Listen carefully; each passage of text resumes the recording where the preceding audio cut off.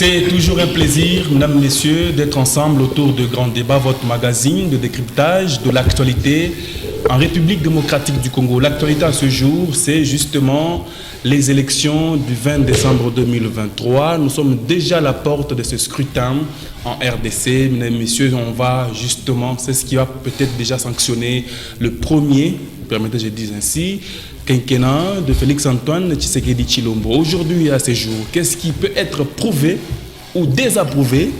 C'est l'essentiel qu'on peut dire à ce jour, parce que il est temps d'ailleurs de dresser le bilan.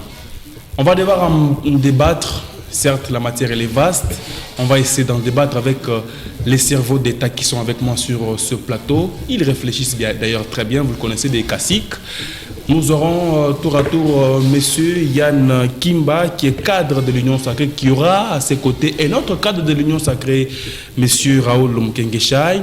Et pour l'opposition, nous aurons deux avocats, des juristes, Maître Caleb Banza du FCC et Maître Oben Kassongo. Il est au cadre de Envol. Merci et bonsoir et bienvenue. Bonsoir à vous. Merci. Alors, nous avons commencé d'ailleurs avec vous, Maître Caleb. Comment vous voyez la peinture aujourd'hui de ce quinquennat Tshisekedi? Comment vous dressez son bilan? Oui, son tableau. Le quinquennat de Félix Tshisekedi, vous avez demandé que nous puissions vous permettre de dire qu'il s'agissait du premier quinquennat de Félix Tshisekedi. Moi, j'aimerais bien vous compléter pour dire qu'il s'agit bien de son premier et dernier quinquennat, puisque ici, la réalité est que la population, tout au long de ce quinquennat, est révoltée. Elle est révoltée puisqu'elle a hâte de prendre les choses en main, comme la Constitution, son article 5, le prévoit, puisque le pouvoir appartient au peuple. Et c'est le peuple qui exerce ce pouvoir à travers les élections. Puisque l'heure est au bilan, ça veut dire que l'heure est à la décision ou à la sanction de la population envers ceux qui nous ont gérés. Et j'ose croire fermement, en toute conviction, que la sanction sera négative contre ceux-là qui ont mal géré ce pays. Je le dis puisqu'il y a des évidences, je crois que nous aurons le temps tout au long de cet échange d'en parler, des évidences selon lesquelles ce pays, lorsqu'il a été cédé au président Tshisekedi lors de la remise et reprise par son prédécesseur, l'éminent président honoraire Joseph Kabila Kabange, avait été remis dans des conditions qui étaient mieux que celles que nous vivons aujourd'hui. Nous avons vu un pays en 2019 qui avait 4 avions dans sa flotte par rapport à sa compagnie nationale. Ce pays, en 2019, n'avait pas de rebelles des 1,23. Ce pays, en 2019, nous achetions $1 d'unité à 1500 francs. Mais aujourd'hui, ça s'achète à 3000 francs. Dans ce pays, lorsque Joseph Kabila donnait le pouvoir à Félix Tshisekedi, un œuf au campus de l'UNIU s'achetait à 100 francs. Aujourd'hui, il coûte 400 francs. C'est que vous vous rendez compte qu'à tous les niveaux de la vie, les choses, n'est-ce pas, ont dégénéré. C'est toujours dans ce pays où ce régime nous a parlé d'une armée qui monte en puissance, mais le regret était pour nous de constater, il y a quelques jours, que la montée en puissance des FARDC s'est manifestée contre les civils.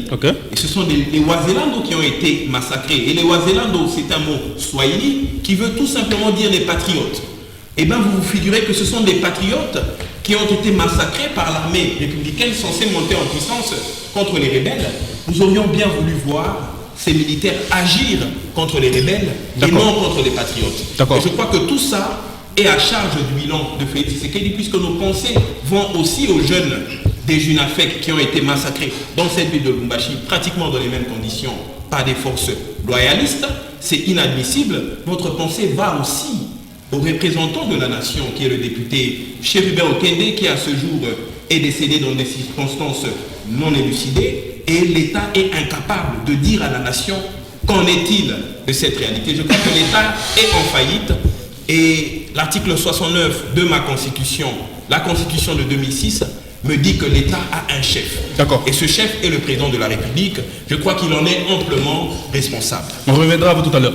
Monsieur Yann Kimba, le tableau tel que peint par Maître Caleb tout à l'heure, il me semble visiblement très noir et très sombre.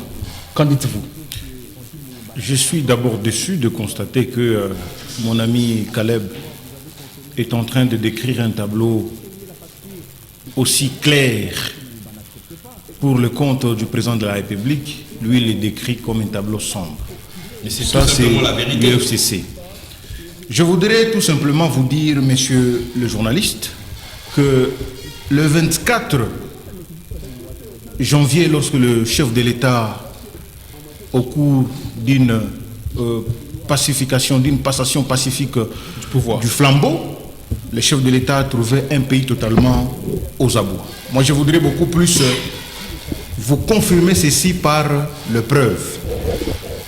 Son Excellence Félix Tshisekedi a trouvé un pays où la sphère politique nationale congolaise était prise en otage par quelques individus.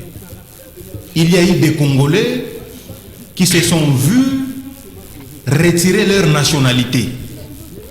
Il y a eu des opposants politiques injustement incarcérés. Comme Jean-Marc Kabound aujourd'hui. Et voilà, grâce à l'arrivée du chef de l'État, il a décrispé le milieu politique national. Les opposants ont été libérés et même certains autres Congolais qui ne faisaient pas la politique mais qui étaient à cette époque-là incarcérés injustement ont été libérés. Les exilés politiques, les Congolais, les compatriotes qui étaient contraints à l'exil se sont vus retrouver en bonne et due forme leur pays, leur sol d'origine. Et qu'est-ce que je voulais dire par là? Nous avons aujourd'hui même l'un des opposants qui sillonne l'étendue nationale sans être inquiété. Une première dans l'histoire de ce pays. Cela ne s'est jamais fait avant. Quel est cet opposant qui pouvait circuler partout, proférer des fois même des injures, sans être inquiété? Ça, c'est l'image de la démocratie que son Excellence Félix Tshisekedi est venu enraciner. De pour vous dire que le bilan du président de la République est largement positif et mérite le renouvellement. Et le peuple a déjà compris, même si M. Caleb ne voit pas de cet œil-là. Le chef de l'État justement s'est refusé de réélire le chef de l'État sur le plan diplomatique. Il a trouvé un pays aussi fermé qu'il puisse exister. La République démocratique du Congo était enfermée et n'avait plus d'issue. Je ne cesse de le rappeler. Ce pays était sanctionné et même ses propres dirigeants ont été sanctionnés sur le plan international. Donc il n'y a aucun Congolais qui pouvait diplomatiquement décanter la situation lors du régime passé. Mais il aurait fallu attendre la levée du chef de l'État pour que toute cette situation soit décrispée. Aujourd'hui, la RDC retrouve sa place dans les concerts des grandes nations. La RDC est totalement ouverte pour le compte de tout le peuple du monde. Surtout, je vous précise, avec la situation climatique aujourd'hui, la RDC est l'une des solutions incontournables sur le plan diplomatique. Et le monde entier l'a mentionné. Alors, ça prouve à suffisance que le bilan du chef de l'État est largement positif. Et à cela, nous pouvons ajouter même que il a fallu attendre l'arrivée du chef de l'État à la tête de ce pays pour qu'il y ait la programmation même de la mise en pratique de l'article 43 qui consacre la gratuité de l'enseignement. Et aujourd'hui, pour citer un beauté souffré, et aujourd'hui, grâce à la gratuité de l'enseignement, il y a plus de 6000 élèves supplémentaires qui vont à l'école. Et les écoles sont construites un peu partout, vous en êtes témoin. Aujourd'hui, les hôpitaux, c'est vrai que ce sont des biscuits. Je les avais promis qu'aujourd'hui, nous allons entrer dans les détails et nous allons démontrer clairement que le chef de l'État mérite largement son deuxième quinquennat, étant donné que son premier est largement positif. Oui, son premier quinquennat largement positif selon M. Yann Kimba tout à l'heure, avec une diplomatie désormais ouverte, une sphère qui était prise en otage auparavant, qui a été maintenant décrispée. Maître Aubin Kassongo, est-ce que vous voyez aussi de cet œil-là? Non, je suis totalement déçu de mon ami Yann qui semble carrément manquer du respect à ce peuple qui est en train de nous suivre. Parce que dire que le bilan de M. Tshisekedi est largement positif, c'est quand même manquer du respect à ce peuple. Et moi, je vais revenir sur ce qu'il a dit et vous démontrer avec détail que Tshilombo a totalement échoué et qu'il ne mérite pas un deuxième mandat. Lorsque Yann a la parole, il vous dit que Tshisekedi a trouvé un pays qui était pris en otage par un petit groupe d'individus. À ce propos, il y avait des arrestations en cascade, il y avait des exils et tout le reste. Mais moi, je me dis, si à l'époque de Kabila, le pays a été pris en otage par un groupe d'individus, autant le pays aujourd'hui est pris en otage par ces petits groupes d'individus qui s'appellent l'Union sacrée de la nation, qui est là, au lieu de travailler pour l'intérêt du peuple congolais, il travaille pour la réélection d'un individu qui s'appelle Félix Tshilombo. Parce que Félix est comme candidat. S'il vous plaît, pour faire en sorte qu'ils ne soient pas réélus. J'ai la parole, vous avez l'obligation de vous taire. Autant que je me suis tué, s'il vous plaît, vous aurez votre tour de parole. Autant que je me suis tué pendant que vous aviez la parole, vous avez cette obligation. Je sais que vous êtes de l'Union sacrée. Au sein de l'Union sacrée, la culture de la tolérance n'est pas une vérité. Je vous en prie. Je disais que Yann vous dit qu'à l'époque de Kabila, les pays étaient pris en otage par un groupe d'individus. Mais aujourd'hui, cette union sacrée de la nation, ce groupe de jouisseurs, a déjà pris les pays en otage. Vous l'avez suivi lui-même. Au lieu de vous démontrer ce que l'union sacrée a fait pour le peuple congolais, il vous dit comment Tshisekedi mérite un deuxième mandat, comment il travaille pour la réélection de cet individu. Mais ça, c'est manquer du peuple, manquer du respect au peuple congolais. Je reviens sur le bilan de Tshisekedi pour vous démontrer qu'il a échoué et qu'il ne mérite pas un deuxième mandat. Sur le plan social, la vie du peuple congolais n'est pas devenue reluisante. Lui-même, lorsqu'il est parti au Kasaï Tshilombo, il a dit que nous nous sommes battus, mais jusque-là, la vie du peuple congolais n'est pas reluisante. D'ailleurs, c'est même par pire courtoisie que nous sommes en train d'entrer dans les détails du bilan de M. Tshisekedi. Lui-même avait dit à l'époque que si je n'arrive pas à mettre fin à la guerre de l'Est de notre pays, c'est que j'aurais échoué mon mandat. C'est lui-même Tshisekedi qui avait dit. Donc à ce jour, la question fondamentale, c'est celle de savoir est-ce que Tshisekedi a réussi à mettre fin à cette situation qui est devenue sempiternelle. La réponse est non. Maître Caleb vous l'a démontré. Lorsque Tshisekedi prend le pouvoir, les pays avaient comme superficie 2 345 000 km². Mais aujourd'hui, si je pose la question aux amis de l'Union sacrée, ils ne vous diront pas la superficie de la RDC aujourd'hui. Pour la première fois dans l'histoire de notre pays, un président de la République ne peut pas fouler ses pieds dans l'un de ses territoires. Tu sais qu'aujourd'hui ne peut pas arriver à Bunagana. Tu sais qu'aujourd'hui ne peut pas arriver à Rutshuru. Ce qui fait que naturellement, sur le plan sécuritaire, c'est une défaillance monumentale. Maître Calais vous a parlé de l'absence de l'État. C'est comme ça que nous, au sein de l'Envol, nous avons présenté un projet qui s'appelle la refondation du Congo. Il faut refonder le Congo, il faut restaurer l'autorité de l'État. Et donc, sur le plan social, tu sais qu'il a échoué. Sur le plan sécuritaire, tu sais qu'il a échoué. Il y en a semblé louer la gratuité de l'enseignement de base. Et même sur cette question-là, le bilan reste à mettre sur la balance. Parce que tu sais qu'il a simplement voulu tuer l'avenir de ces pays qui dépend de la bonne qualité de l'éducation que nos jeunes ou que nos enfants reçoivent. Vous cherchez toujours... non, s'il vous plaît, non, moi j'entre en détail. Parce qu'il vous a parlé d'un bilan largement positif. Et moi je vous parle d'un bilan largement négatif. Sur le plan de l'enseignement, moi je pense que c'était une bonne chose de prendre cette décision de matérialiser la gratuité de l'enseignement de base. Mais savez-vous qu'il y a certains préalables qu'il faut tenir en compte pour qu'il y ait cette effectivité de la gratuité de l'enseignement de base? Parce que moi je me dis qu'il est illogique de parler de la gratuité de l'enseignement de base pendant que les enseignants ne reçoivent qu'à peine $150, pendant qu'il n'y a pas la construction des écoles, pendant qu'on n'améliore pas les conditions de vie des enseignants. Yann vous dit qu'on construit les écoles presque partout. Dites-moi sur la ville de Lubumbashi, quelle école publique que tu sais qu'il a construite depuis qu'il est président de la République? Dans toutes les communes, dans la ville de Lubumbashi, il n'y en a pas. Il n'y en a pas, il n'a construit aucune... Non, s'il vous plaît, je vais chuter. Je vais chuter. Dans ce bilan de Tshisekedi, savez-vous que depuis que Tshisekedi est président de la République, dans ces pays, nous n'avons pas de permis de conduire? C'est une insécurité routière et c'est un manque à gagner pour l'État congolais. On n'a pas de permis de conduire. On n'a pas de passeport. Lorsque Tshisekedi prend le pouvoir, il a trouvé que le pays, Matata avait doté à notre pays 4 avions. Ils ont critiqué que c'était des vieux avions. Mais au moins, Matata, avec un budget de 4 milliards, il a réussi à doter au pays 4 avions.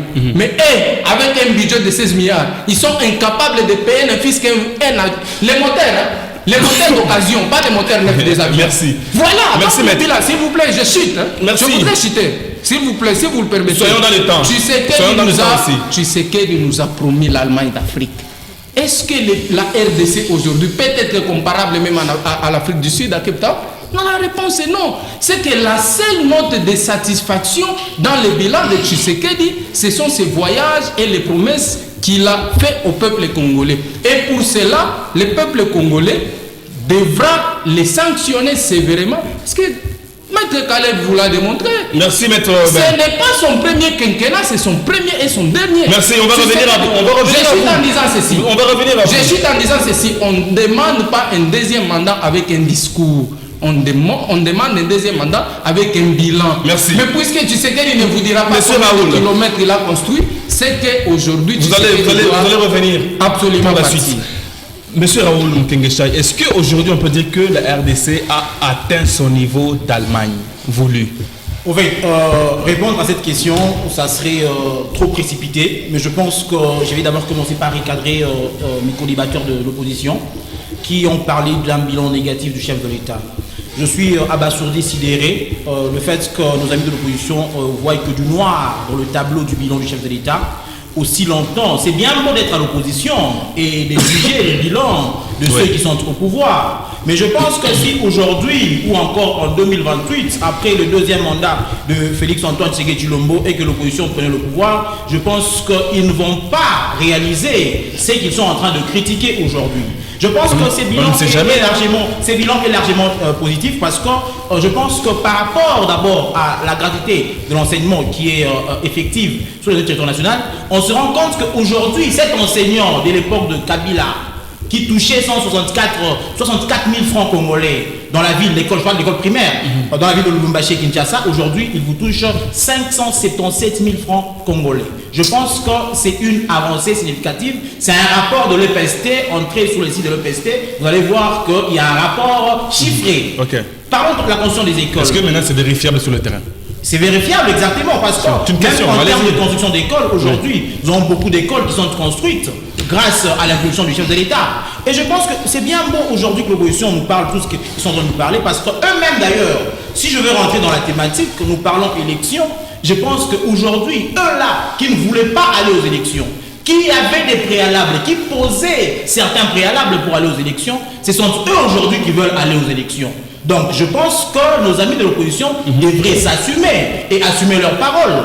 Vous qui ne voulez pas aller aux élections sans préalable. Aujourd'hui, le chef de l'État et la CENI chapeautée par le président Denis Kadima vous prouvent le contraire. Même l'opposition aujourd'hui se rend compte que le train est déjà en marche et je pense que nous irons aux élections le 20 décembre. Pour être sanctionnés. Aujourd'hui, eux là maintenant sont prêts à aller aux élections. Pour vous sanctionner justement. Il y a une frange même de l'opposition qui n'a même pas de carte d'électeur. Vous comprenez un peu cela? Et une opposition qui s'amène aux élections en ordre dispersé. Et je pense que c'est en faveur de notre candidat de l'Union sacrée, qui est Félix-Antoine Tshisekedi Tshilombo. Nous avons un seul candidat, un candidat unique au niveau de l'Union sacrée. Et je pense qu'aujourd'hui, ces candidats-là vont gagner haut la main. Et l'opposition déjà qui s'amène en ordre dispersé. Je vois, ce sont mes amis d'envol aujourd'hui, je pense dans 2 ou 3 jours, qui vont déposer la candidature de leur patron, Denis Sanga. Je vois c'est Ensemble pour la République qui veut déposer la candidature de Moïse Katumbi. Je vois de l'autre côté, c'est Martin Fayulu qui se prépare. De l'autre côté, c'est M. Adolphe Mouzitou. Mais je me rends compte qu'ils vont en ordre dispersé. S'il fallait donner un conseil à l'opposition, je pense que vous devriez trouver une candidature commune au niveau de l'opposition. Question de faire face à cette grande machine qui est l'Union sacrée et une machine qui a un bilan largement positif parce qu'aujourd'hui, je pense que ce n'est pas c'est l'épouse de mon cher collègue, mon cher co-débatteur Caleb Banza ou encore de mon ami Aubin qui pourrait aujourd'hui aller à une maternité gratuite, qui pourrait aller accoucher gratuitement. C'est grâce à qui? C'est grâce au chef de l'État. Je pense que c'est Congolais lambda qui vivait dans une souffrance à outrance, qui n'avait même pas le soin de santé. Aujourd'hui, je pense que son enfant s'amène à l'école primaire gratuitement et avec un enseignement à la hauteur. Il y a sa femme qui va à la maternité accoucher gratuitement et je pense que le développement est un processus.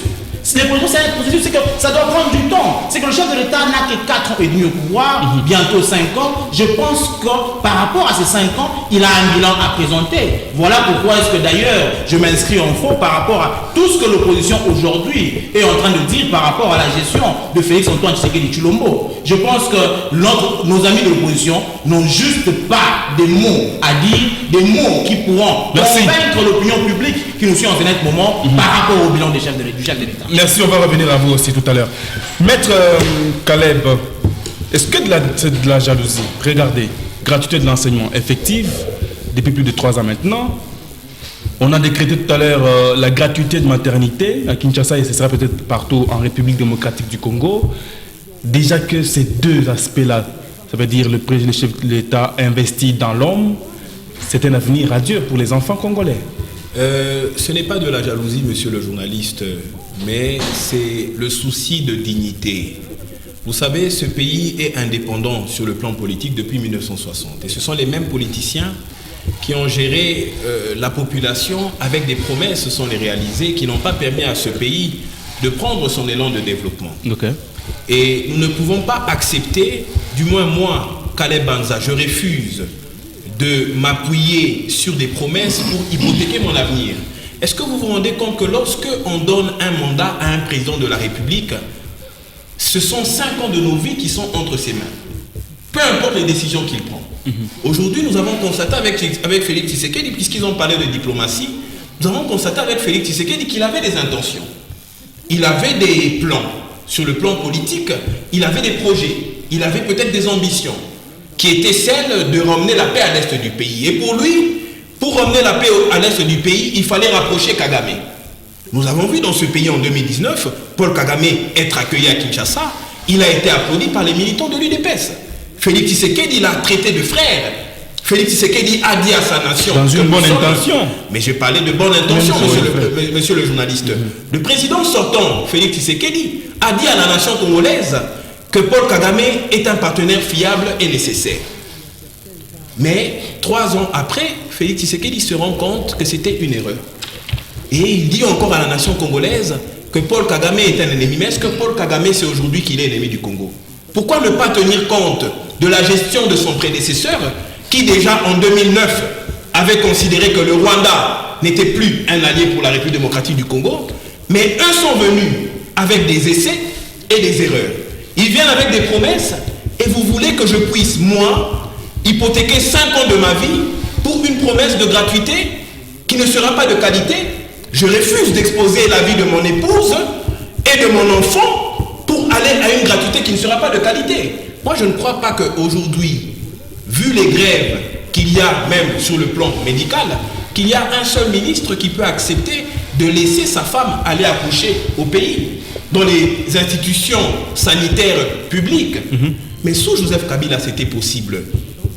Le petit-fils de Mouzé Laurent Désiré Kabila, le fils de Joseph Kabila, a été mis au monde à Kinshasa dans une institution publique sanitaire, puisqu'il n'y avait pas de mouvement de grève.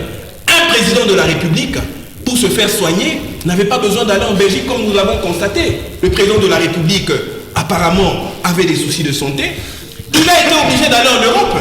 Jamais sous Joseph Kabila, vous avez appris que Joseph Kabila est allé se faire soigner à l'étranger. Maman Olive Lébé, première dame dans ce pays, a mis au monde dans une institution sanitaire publique.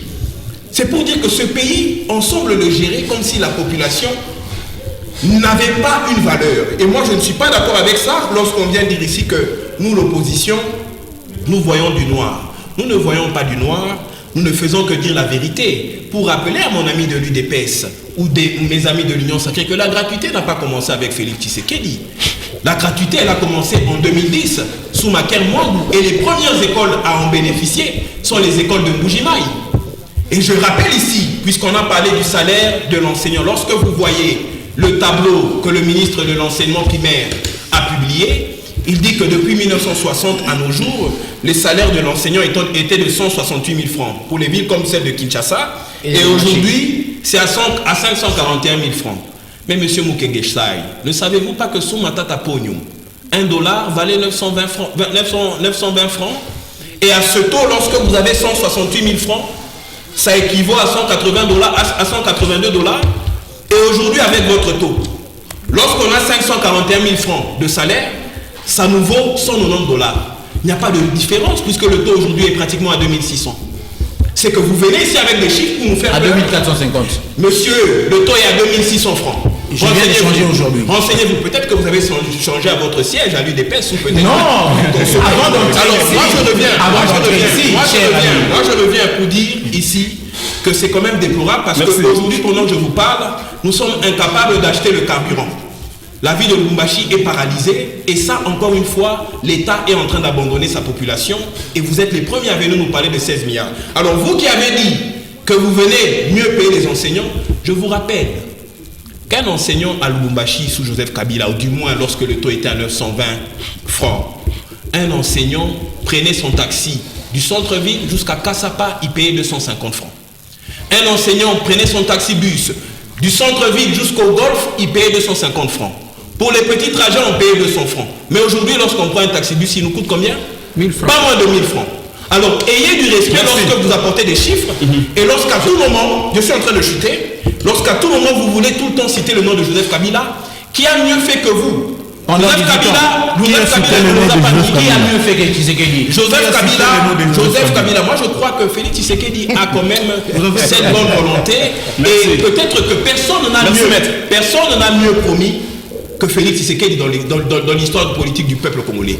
Mais malheureusement, en termes de concrétisation, vous voyez que ces messieurs viennent sur vos plateaux pour que le peuple puisse donner 5 ans de sa vie, de sa destinée entre les mains d'un homme sur base des promesses. Quelles sont ces promesses? Ici, la gratuité de l'enseignement qui n'est pas de qualité, puisque aujourd'hui, sous votre régime, vous l'avez déjà dit, pour la première, je suis en train de chuter, monsieur le journaliste, il a voulu m'embrouiller. Aujourd'hui, pour la première fois depuis que le Congo existe, les examens d'État ont une deuxième session.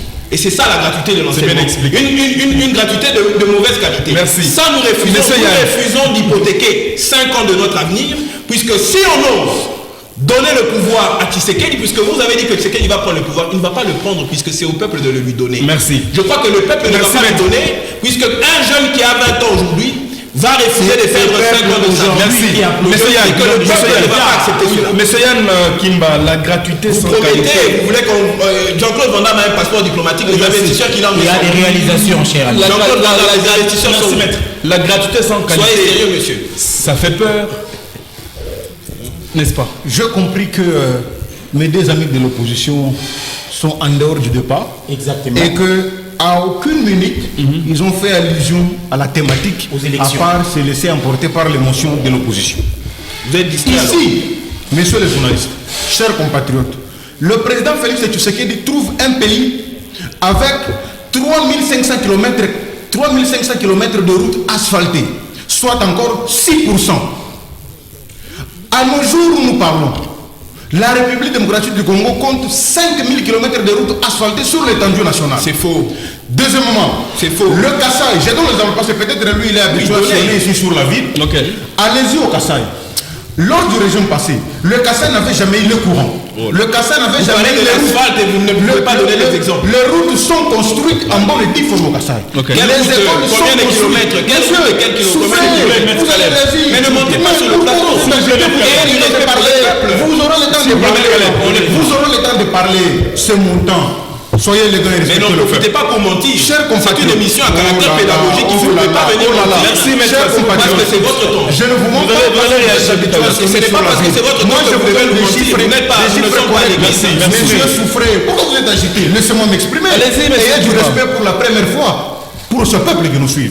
Vous n'êtes pas le premier à avoir. Chers compatriotes, de 2018 jusqu'à nos jours, il y a eu 250 centres hospitaliers construits sous la vision de Félix Tshisekedi un peu partout. Aujourd'hui d'ailleurs, c'est pour moi l'occasion de demander sur l'étendue du territoire national. S'il vous plaît. Mais à Lubumbashi, il n'y en a pas. Pourquoi vous êtes agité? Ayez votre messieurs les journalistes. D'ailleurs, je demande à un artiste musicien qui avait chanté l'hôpital Mama et nous, comme qui dirait cet hôpital ne serait jamais réfectionné, qu'il prenne le même courage. Parce qu'aujourd'hui, cet hôpital est réfectionné, rebâti au standard international. Qu'il prenne le même courage de chanter. Okay. Dès ce moment, quand il nous parle, qu'il remet en cause la gratuité de l'enseignement, cela relève d'une mauvaise foi extrême. Et les deux compatriotes, il faut les bannir de la société parce qu'ils ne savent pas apprécier ce qui est normal. Et nous disons ceci. Aujourd'hui, il y a eu augmentation de 6 millions d'élèves supplémentaires pour cette gratuité de l'enseignement que eux semblent négliger. Aujourd'hui, c'est tout le monde, toutes les mamans qui n'avaient pas les pouvoirs énormes financiers. Ils peuvent au moins voir leurs enfants étudier dans des conditions les plus meilleures, avec des écoles construites. Messieurs les journalistes, ils nous parlent qu'en 2018, mon ami Caleb, il nous dit qu'en 2018, il a parlé du taux de 920. Ouais. Mais monsieur Caleb, pourquoi vous prenez le courage de mentir à ce peuple qui nous aime et qui aime Félix Tshisekedi? Vous n'avez pas... Le taux qu'a laissé le régime passé, c'était autour de 1600. Et aujourd'hui, c'est combien? Non, on arrive. Aujourd'hui, c'est 3000 on y arrive. Aujourd'hui, le taux est à 3000 francs. Quand vous êtes souffrez que je continue. En 5 ans, vous avez souffré que je continue. C'est déplorable. Souffrez que je continue. Merci de reconnaître que Joseph Kabila a laissé le taux à 1600 francs. Merci, mais que les jeunes Congolais achètent $1 d'unité à 1500. Mais aujourd'hui, les jeunes Congolais achètent $1 d'unité à 3000 francs. Merci, s'il vous plaît. Merci, s'il vous plaît, maître. Je ne suis pas venu ici angéliser les gens ou conspilater quelques-uns. Je suis venu parler nation avec des chiffres bien établis qui ne viennent pas de moi, des experts. Quand ils le remettent en cause sur le plan international, la diplomatie du président de la République, chef de l'État, ils ont oublié que grâce à cette même diplomatie agissant du chef de l'État, aujourd'hui la République démocratique du Congo n'est plus sous embargo. Grâce au chef de l'État. Deuxièmement, M. Tshisekedi est le premier Congolais quand il nous dit ici que Joseph Kabila avait dit que voilà, machin, le Rwanda n'était plus notre allié. Ah mais non, ça c'est un mensonge grossier. Tshisekedi est le premier citoyen congolais, chers compatriotes, qui a dit haut et fort que le Rwanda était derrière le groupe rebelle M23. Et cela a été approuvé par les experts des Nations Unies. Vous avez les rapports. Ce n'est pas moi qui ai parlé au nom des experts des Nations Unies. Okay. Ils ont descendu sur place. Ils ont constaté que le Rwanda était derrière le groupe rebelle du M23 et que le chef de l'État congolais avait raison de demander à la communauté internationale d'agir et de mettre sous embargo le Rwanda. Merci. Et donc je dis que pour citer tellement qu'il y a des notions que j'ai ramassées par-ci par-là, donc au-delà de la mauvaise foi, nous devons aimer ce pays. Nous avons un président qui s'adonne tous les jours pour le bien-être de sa population. Aujourd'hui, avec les projets 145 territoires, aujourd'hui, il y a des provinces qui étaient enclavées dans ce pays. Mais aujourd'hui, grâce à ces projets immenses, toutes ces provinces-là ont vu la lumière. Tout ce peuple-là qui était vraiment abandonné à leur triste tour pendant le pouvoir de 18 ans, ont vu la lumière jaillir en eux. Et donc, c'est pour prouver à suffisance que dire aujourd'hui que le bilan du chef de l'État est négatif, selon la volonté de mes deux compatriotes de l'opposition, ça relève d'une mauvaise foi sans précédent. Et nous demandons de revoir leur redire et de demander pardon au peuple pour ces mensonges grossiers qu'ils prononcent. Maître Aubin, est-ce que vous avez un pardon à demander au peuple? Je n'ai pas de pardon à demander. Vous voyez comment Yann a été agité. Mais non, mais c'est vous qui êtes agité. Vous êtes sur le plateau télévision, ne vous comportez pas comme si vous étiez sur une moto. Vous devriez faire la même chose, vous et votre collègue de l'opposition. Vous voudriez justement, parce que quand je parlais là, c'est vous qui intervenez. Ce n'est pas le parlement debout, ou quand Kabou, il n'y a pas, vous vous permettez de répondre comme vous voulez. Et c'est sur le plateau de télévision. Je disais, vous voyez comment Yann a été agité. Et finalement, il n'a pas répondu à votre question. Il s'échine à défendre une cause dans laquelle il ne croit pas du tout. Il aurait peut-être voulu se retrouver du côté de la vérité où nous sommes pour avoir la possibilité de dire tout le mal qu'il pense des partis. C'est quoi cette vérité? C'est quoi cette vérité? Yann vous dit, d'abord dans sa première prise de parole, il vous a parlé des pays qui étaient pris en otage à l'époque de Kabila. Il vous a parlé de l'exil, il vous a parlé des arrestations en cascade. Mais à cette époque, Tshisekedi était au sein de l'opposition avec nous. Et il avait promis au peuple congolais qu'une fois il est élu, il va fermer tous ces cachots de l'ANR, de la DEMIAP, que l'on enferme nos compatriotes injustement.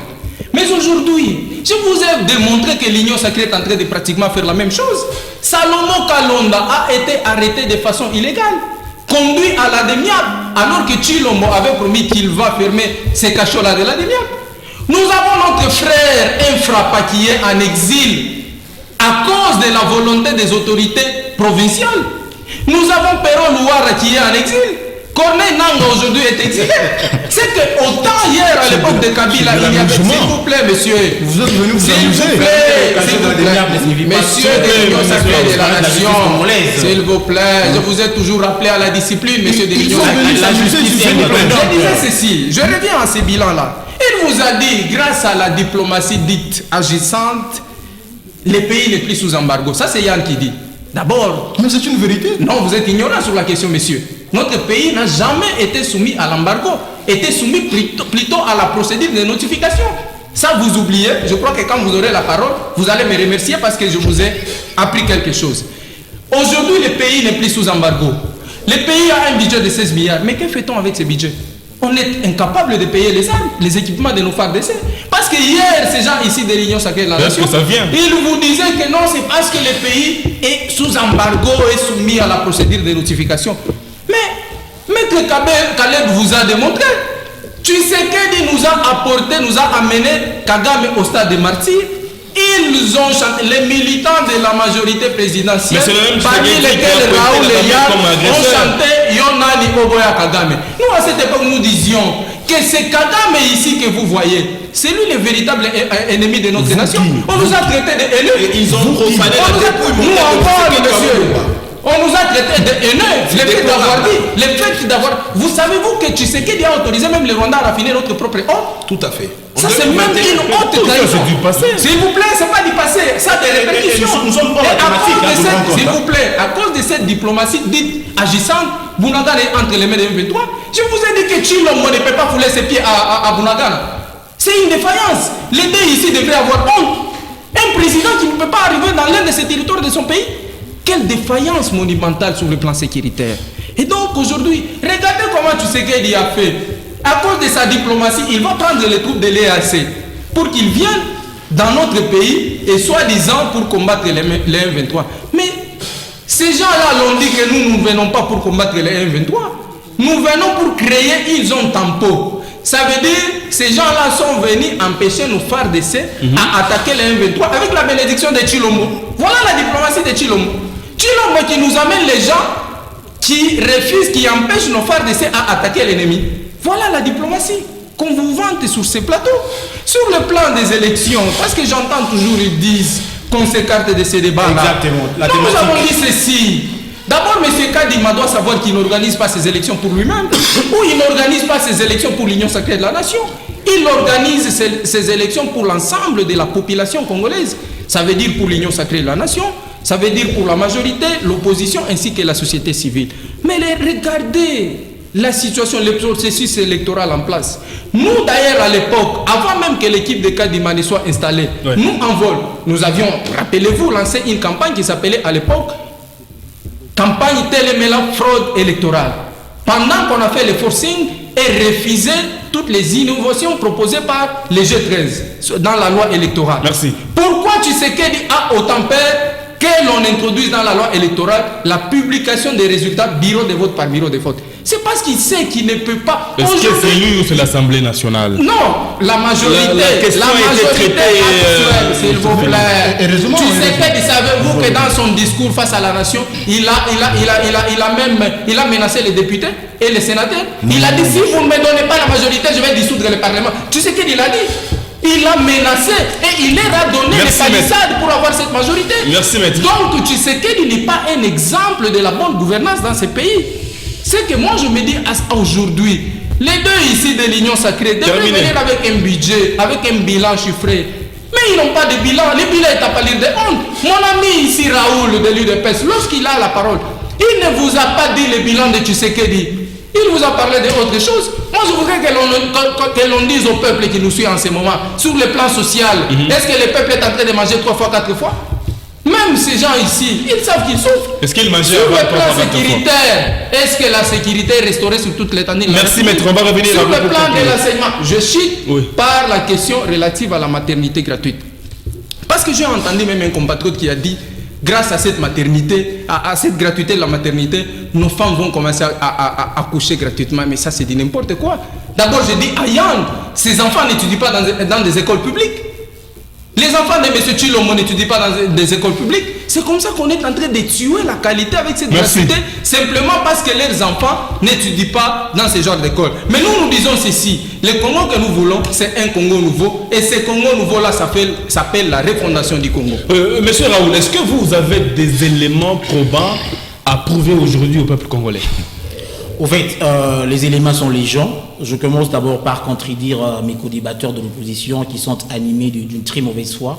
Ces débats nous veulent plus scientifiques et pédagogiques. Et du coup, je pense qu'il y a des gens qui nous suivent, des compatriotes congolais qui nous suivent en ce moment.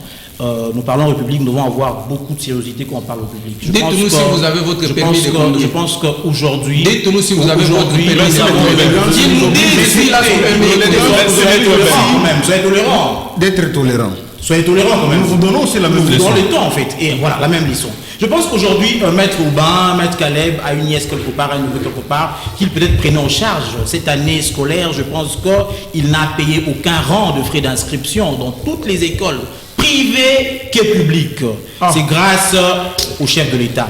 Allez dans toutes les écoles privées que publiques, aucun rang d'inscription ou de réinscription n'a été perçu. Informez-vous.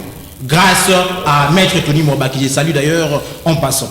Et aujourd'hui, là, cette opposition, parce que nous parlons des élections aujourd'hui, cette opposition, cette frange de l'opposition qui ne voulait pas aller aux élections, il y a 2 ou 3 mois, nous avons débattu sur certains plateaux de télévision avec certains amis de l'opposition qui ne voulaient pas aller aux élections, qui voulaient d'abord des préalables.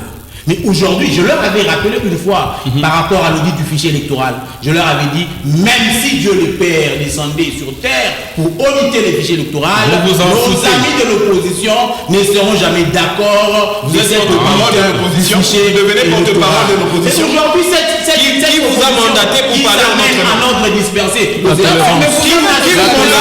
mandate pour parler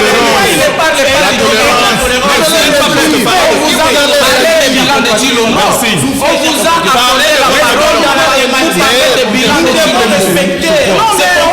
La question qui vous a été, la question qui vous a été posée, c'est par rapport nous sommes là, défendez le bilan des solutions. Ne parlez pas au nom de l'opposition. Ne parlez pas au nom de l'opposition.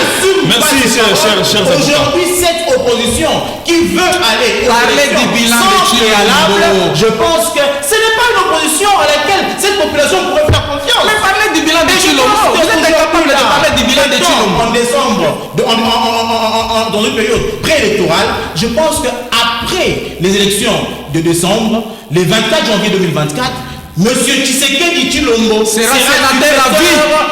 Il sera sénateur à vie comme chef de l'État. Et si l'opposition voudrait peut-être avoir le pouvoir, ça serait après 2028. Et voilà pourquoi est-ce que je demande à cette opposition de pouvoir mettre un peu d'eau dans le vin, de pouvoir faire la bonne opposition. Monsieur Raoul, Monsieur Raoul, ce qui est blanc et blanc, vous avez parlé clairement, et ce qui est noir et blanc. Pourquoi est-ce que vous voulez mettre en noir tous les bilans du chef de l'État? Parce que c'est noir. Monsieur Raoul, c'est noir, tout simplement. Oui, Monsieur Raoul. Faire la forme d'opposition. C'est parce que c'est Monsieur Raoul, j'ai une question. Répondez d'abord à ma question. Merci, s'il vous plaît. Je pense qu'aujourd'hui... Vous n'avez pas encore répondu à ma question. Oui, mais vous avez dit que le 24 janvier 2024, Tshisekedi sera successeur à sa propre succession. Mais sur fond de quel argumentaire pour qu'il succède à lui-même? Mais cher Richard Mumba, je pense qu'aujourd'hui, si on veut essayer d'analyser les bilans, permis de conduire, c'est le bilan qui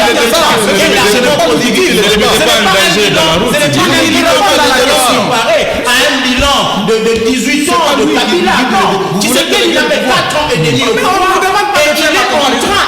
Comment il déchire à défendre cette cause de son bilan positif. Voilà la raison pour laquelle aujourd'hui la population que nous sommes à cette moment n'est jure que sur la candidature de Félix Antoine Tshisekedi Tshilombo. Et cette opposition qui s'amène en ordre dispersé serait l'opposition que nous allons battre à plate couture le 20 décembre 2023. Il y aura élection? Bien sûr que oui, la CENI aujourd'hui, les indicateurs déjà nous prouvent que nous allons droit vers les élections. Le chemin, le train est déjà en marche. Même nos amis de l'opposition ne peuvent pas me dire le contraire. On va respecter le délai constitutionnel. Mais c'est notre vœu, nous, au niveau de l'Union sacrée, parce que nous sommes prêts à aller aux élections. Merci. Maître Caleb, une petite question. Oui. Qu'est-ce que vous aimez chez le président de la République aujourd'hui qui vous prouve que nous avons connu quand même un 5e président?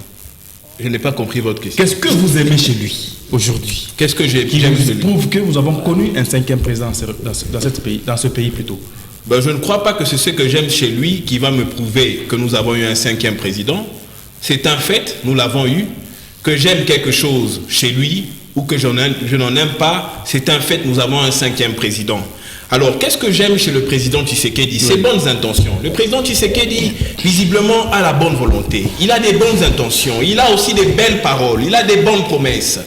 Mais malheureusement, certes, c'est un président, mais c'est un président qui n'a pas satisfait sa population. C'est un président qui n'a pas répondu aux attentes de sa population. Est-ce que nous avons eu... Je parle de la population tout entière. Okay. Est-ce que nous avons eu un 5e président? Oui. Est-ce que nous pouvons aimer les bonnes choses chez le 5e président? Oui, moi je reconnais qu'il a des bonnes intentions, qu'il a toujours manifestées depuis qu'il est à la tête de ce pays.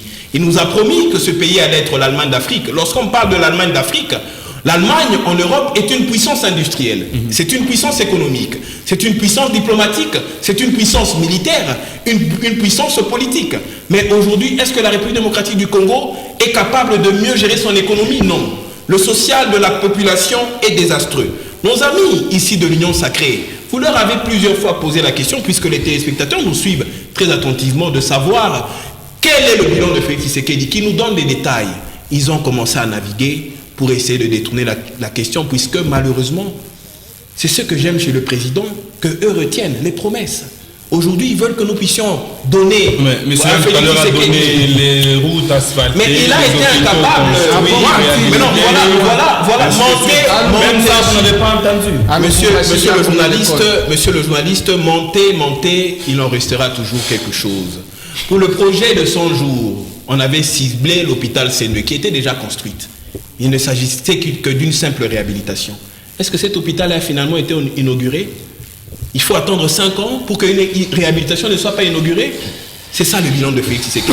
Alors ici, il a parlé de plusieurs routes. Il a parlé de près de 2000 km de routes que M. Félix Tshisekedi aurait construites. Mais il est incapable de nous citer ne fût-ce qu'un seul tronçon de 100 km. Je ne lui demande pas beaucoup. Qu'il nous donne un tronçon de 100 km qui a été construit sous Félix Tshisekedi. Ça n'existe pas et il est incapable de le donner puisque tout simplement ça n'existe pas. Nous n'avons pas d'intérêt à venir ici sur votre plateau pour attaquer l'individu de Félix Tshisekedi. Nous nous en prenons au président de la République puisqu'il est une institution et la Constitution l'oblige de s'assurer du bon fonctionnement des institutions. Vous lui avez posé la question de savoir si les élections auront lieu. Au nom du triomphalisme de l'UDPS, il dit oui. Mais moi, j'aimerais lui dire que c'est hypothétique, puisque la CENI, malgré vos 100 milliards de dollars, Denis Kadimaki, le président de la CENI, est obligé d'aller emprunter de l'argent chez les privés pour financer ce processus électoral, alors que l'Union Sacrée, qui était censée être responsable, est incapable d'exécuter convenablement le budget pour que ces élections puissent avoir lieu. Nous sommes dans une année électorale. Ce n'est pas à la fin de votre mandat que vous allez essayer de faire quoi que ce soit. Et je rappelle, je crois que j'ai appris que le président de la République sera dans le Grand Katanga. On l'annonce même dans le Lualaba. Je crois que dans le Lualaba, je peux vous assurer qu'il ira inaugurer le barrage de Boussanga. C'est un barrage qui a été financé à hauteur de 660 millions de dollars. Et ce barrage est l'œuvre du leadership de Joseph Kabila Kabange. Merci. Et il n'y a pas une seule œuvre. Je vous dis, monsieur, arrêtez de rire puisque c'est très énervant. Pour 5 ans, alors que vous avez parlé de 16 milliards de dollars, il n'y a pas une seule œuvre de plus de 200 millions de dollars que vous pouvez venir brandir, ne fût-ce que même pour une pose de la première pierre. Merci. À Mwanda, pour le port en eau profonde, on a promis, on a posé la première pierre, il n'y a plus jamais eu d'inauguration. Je crois que le peuple congolais ne peut pas accepter de donner un deuxième mandat à un régime qui a permis au Congo de perdre non seulement les avions pour le transport aérien, et même les permis de conduire pour le transport routier. C'est que même le peu que Joseph Kabila a laissé, sous Félix Tshisekedi, la bonne intention existe certes, mais les actions, il n'y en a pas. Et je crois que Jean-Marc Aboun, qui a été condamné, a relevé beaucoup de désordres au sein de l'Union sacrée. Entre autres, il a parlé de plusieurs détournements. Nous y réfléchissons. Apparemment, il avait raison. On va revenir à vous. L'argent existe, mais l'argent n'est pas là. Comme pour dire que la théorie des deux bonbons de Jean-Marc Aboun existe bien et bien au sein de l'Union sacrée. Monsieur Yann Kimba, avons-nous atteint l'Allemagne d'Afrique aujourd'hui en RDC? Allez-y de manière directe. Je me réjouis et le peuple qui nous suit se réjouit du fait que nos amis de l'opposition ont échoué de démontrer le bilan du président de la République est négatif. Ils ont échoué en train de balbutier ici, ils ne maîtrisent pas. Moi, je suis dans les chiffres, voilà, ils sont perdus. Je vous donne encore un exemple palpable pour revenir que la RDC a franchi une étape très importante dans sa marche vers la démocratie avant de revenir à votre dernière question. Aujourd'hui, vous avez eu le temps, s'il vous plaît. Merci beaucoup. Le chef de l'État, grâce à son amour pour le peuple congolais, grâce à son amour pour cette nation que nous aimons tous, lorsqu'il a pris le pouvoir, lorsqu'il est entré en fonction, il a d'abord mis fin à tous les prisonniers politiques. Mais Kabonde est un prisonnier politique aujourd'hui. J'y arrive. Le chef de l'État a fait rentrer au pays tous les exilés politiques. Comme je venais de vous le dire dans l'introduction, aujourd'hui, ne peut pas me dire le contraire. Il y a même l'un des leaders de l'opposition. C'est qu'il leur dit la République par la fenêtre. Il y a même l'un des leaders de l'opposition qui sillonne sur l'étendue nationale. Les gens disent, vous lui avez donné toutes les nationalités du monde. Il ne restait que la nationalité malawique. Qu'il manquait chinoise. Parce que je me rappelle, il y avait l'un des caciques qui avait démontré toute une panoplie de nationalités de ces messieurs-là. Pour dire qu'ils n'étaient pas congolais. Vous n'avez pas d'argument. Parlez du contexte actuel. Vous, je vous rappelle ça. Ce sont les œuvres de Félix Tshisekedi. Aujourd'hui, il est là, en train de sillonner. Le linge sale se lave en famille. Il a même récupéré. Le linge sale a déjà été lavé avec les bons offices de l'État. Vous avez agi ça au nom de l'État, pas au nom de votre famille politique. Ça ne me concerne pas. Le linge sale s'est déjà lavé en famille sous les bons offices de l'État. Il a même récupéré certaines de ces entreprises qui étaient justement récupérées par quelques personnalités extérieures ou sur place. Donc, pour vous dire, avant de citer, 30 secondes, je vous dis tout simplement, chers compatriotes, nous, on n'était pas en train de balbutier. Nous avions prouvé noir sur blanc que le bilan du chef de l'État est largement positif au regard de ses réalisations. Aujourd'hui, le climat politique congolais est totalement décrispé. Tout le monde, opposant ou non opposant, peuvent maintenant s'entendre. Il y a une cohabitation pacifique. Nous allons tous à ces élections qui s'annoncent déjà à l'avantage du candidat potentiel de la République, que je salue, son Excellence Félix Tshisekedi, avec l'accompagnement de tout le peuple. Mais à part ça, nos amis de l'opposition doivent attendre pour espérer éventuellement en 2028 pour peut-être refaire surface. Oui ou non, nous avons atteint l'Allemagne d'Afrique, oui ou non seulement. Nous avions, en tout cas, tous ces éléments montrent que nous avions atteint. Alors, vous